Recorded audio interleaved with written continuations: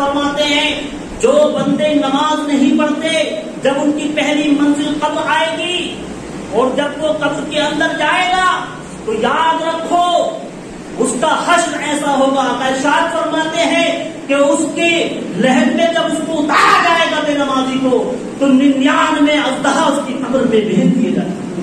اللہ 99 سانپ اس کے قبر میں بھیجے جائیں گے اور ایک سانپ اتنا زہریلا ہوگا کہ پتھر پر اپنا منہ مار دے تو پتھر جو ہے اس کے زہر سے آلودہ ہو کر بہتا رہتا ہو جائے.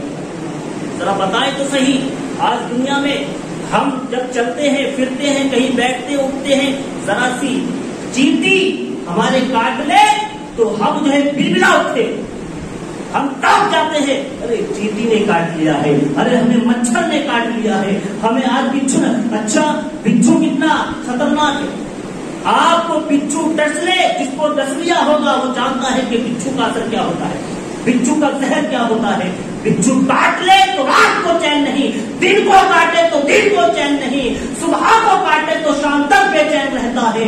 دنیا کے ان کیڑوں کو کاٹنے کا اثر یہ ہے, یہ عالم ہو سکتا ہے جس کو قبر کے اندر زہریلے سانپ ڈسیں گے بے نمازی کو تو اس کا کیا ہوگا. اللہ اکبر کبیرہ. یاد رکھو بے نمازیوں, نماز پڑھنا شروع کرو اس لیے کہ نماز ہم پر فرض ہے, نماز اللہ کا قرض ہے. باقی حج تو ارکان ادا کرنے کے بعد فرض کیا. بولو آپ پڑھے لکھ کے افراد بیٹھے, حج کب فرض ہے؟ جب ہم اپنی ذمہ داریوں سے بری ہو جائیں گے, جب ہم اپنی ذمہ داریوں سے بالکل صاف ہو جائیں گے, اس وقت حج ہم سے فرض ہوا. تمنائیں رکھیں, حج بھی پڑھیں, گنبد خضرا کا دیدار بھی کریں. آپ کو اللہ نے اتنا بخشا ہے, اتنی دولت دی ہے تو جائے ضرور, مگر نمازوں کو قضا نہ کریں, نمازوں کو ادا کرتے رہیں, کیونکہ قیامت کا جب دن ہوگا تو سب سے پہلے نماز کا ہی حساب ہوگا, نماز کے بارے میں ہی پوچھا جائے گا. تو عرض میں یہ کر رہا تھا کہ قبر کے اندر جب بے نمازی کی میت جاتی ہے, جب بے نمازی جاتا ہے تو اللہ اس پر 99 سانپ مسلط کرتا ہے اور قیامت کے دن تک یہی سانپ اس کو عذاب الہی میں گرفتار رکھیں گے اور قیامت کے دن تک وہ اسی طرح سے آپ کو ڈستے رہیں گے. آج ہمارے پاس ٹائم نہیں, آج کسی سے نماز کا سوال کیا جائے ٹائم نہیں ہے, ٹائم نہیں ہے. تو آپ کو ٹائم کہاں سے مل گیا؟ گیم کھیلنے کے لیے ٹائم کہاں سے مل گیا؟ آپ موبائل چلاتے ہیں تو وہ ٹائم کہاں سے آ گیا؟ آپ دن بھر فیس بک پہ لگے رہتے ہیں, وہ ٹائم کہاں سے آ گیا؟ آپ انسٹاگرام پہ لگے رہتے ہیں, وہ ٹائم آپ کے پاس کہاں سے آ گیا؟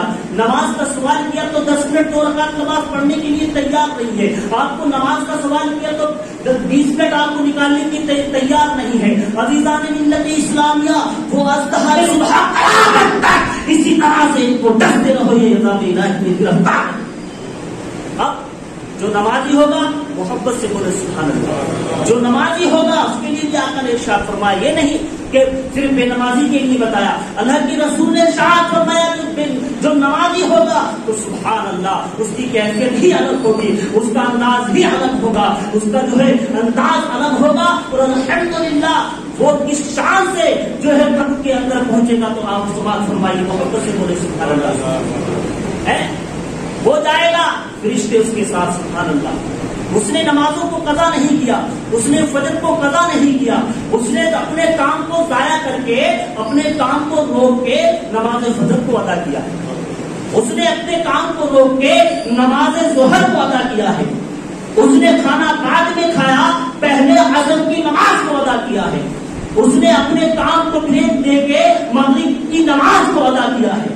وہ نمازوں کا پابند, وہ غلام مصطفیٰ بندر, وہ غلام نمازی بندر جب دنیا سے رخصت ہوا اور جب دنیا سے رخصت ہو کر قبر کی منزل میں پہنچتا ہے تو فرشتے آتے ہیں, اس کو یہ احساس ہوا کہ میں کہاں آ گیا ہوں, لہذا وہ نماز کی دھن میں دنیا سے جا رہا ہے. وہ کیسا عالم ہوگا جب وہ نمازی دنیا سے جائے گا تو کس عالم میں وہ پکارے گا؟ فرشتے آئیں گے سوال کرنے تو یہ کہے گا ٹھہرو, یہ سورج ڈوب رہا ہے. کہاں؟ ہاں سورج ڈوب رہا ہے. کون سا وقت ہو رہا ہے؟ مجھے احساس ہو رہا ہے کہ عصر کا وقت ہے, یہ عصر کا وقت ہو رہا ہے, میری نماز چھوٹ چکی ہے. اے پوچھنے والوں سوال, ذرا ٹھہر جاؤ, کہ کہیں سورج نہ ڈوب جائے. سورج ڈوبنے سے پہلے میں اپنی نماز عصر کو ادا کر لوں.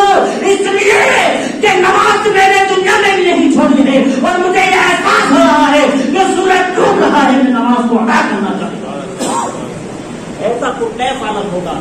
وہ فرشتے کہیں گے نماز تو ادا کرنا چاہتا ہے، چل نماز ادا کر لے. اللہ اکبر کبیرہ. فرشتے کہیں گے اللہ کی بات میں فرشتے عرض کریں گے مولا تیرا بندہ قبر کے اندر اس کو یہ احساس ہو رہا ہے کہ کہیں سورج نہ ڈھا جائے. فرشتوں سے ارشاد فرماتا ہے میرے بندے کو اب بے ساختہ ہو کر چھوڑ دیا. اب اس کو انعام دیا جائے، اس کو سوال نہ پوچھے جائے بلکہ اس کو اب انعام سے نوازا جائے. آج ہم کہتے ہیں کہ ہمیں ٹائم نہیں ملتا. اب یہ نماز کا کیا انعام ملے گا قبر کے اندر؟ دیکھیں پہلی منزل میں کیا انعام ملے گا نماز کے اندر. نماز کا انعام اللہ ارشاد فرمائے گا جاؤ اس کے لیے ایک دلہن لے کے آؤ. سبحان اللہ. ایک دلہن لے کے آؤ، اس کی جو ہے خدمت کے لیے پیش کر دی جائے، اس کی خدمت کے لیے پیشی کر دی جائے. لہذا وہ دلہن جو ہے سج بن کے آتی ہے اور جب روبرو ہوتی ہے تو وہ پوچھتا ہے تو کون ہے، تو کون ہے. اب وہ بھی افسوس میں پڑ جاتے ہیں کہ ہاں کیا پوچھتے ہیں، مجھے اللہ کا حکم ہوا ہے کہ تمہاری خدمت کی جائے. کہا میری خدمت کی جائے.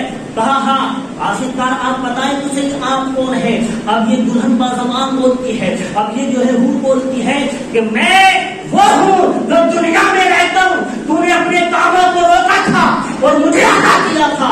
دنیا میں رہ کر تو نے اپنے کام کو روک کر مجھے ادا کرنے کی تیاریاں کی تھی.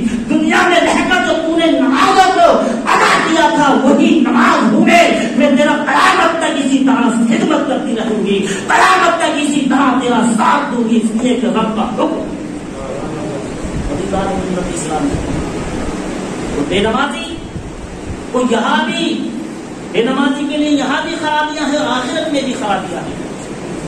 کل صبح قیامت تک کے لیے ان کو خرابیاں ہیں.